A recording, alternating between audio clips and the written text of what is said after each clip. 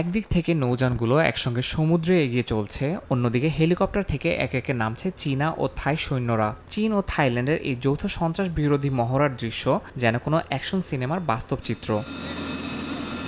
Blue strike 2025 নামের সন্ত্রাস বিরোধী মহড়ার সময় চীনা ও থাই নৌবাহিনী সমন্বয় করে বিভিন্ন অভিযান পরিচালনা করেন। তারা হেলিকপ্টারের মাধ্যমে উপকূলে অবতরণ করে দ্রুত সন্ত্রাস বিরোধী ইউনিট গঠন করেন। এরপর ভবন দখল, গোলাবারুদ সুরক্ষা ও মানবিক সহায়তা প্রদানের মতো বিভিন্ন অনুশীলন সম্পন্ন করেন।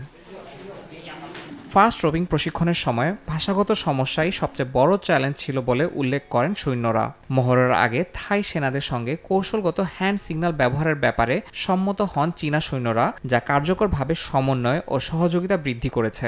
একই সঙ্গে যৌথ বাহিনী কৌশলগত তথ্য বিনিময়, মানচিত্র পর্যবেক্ষণ ও সরঞ্জাম পরিদর্শনের মাধ্যমে উচ্চমানের সামুদ্রিক প্রশিক্ষণ পরিচালনা করেছে।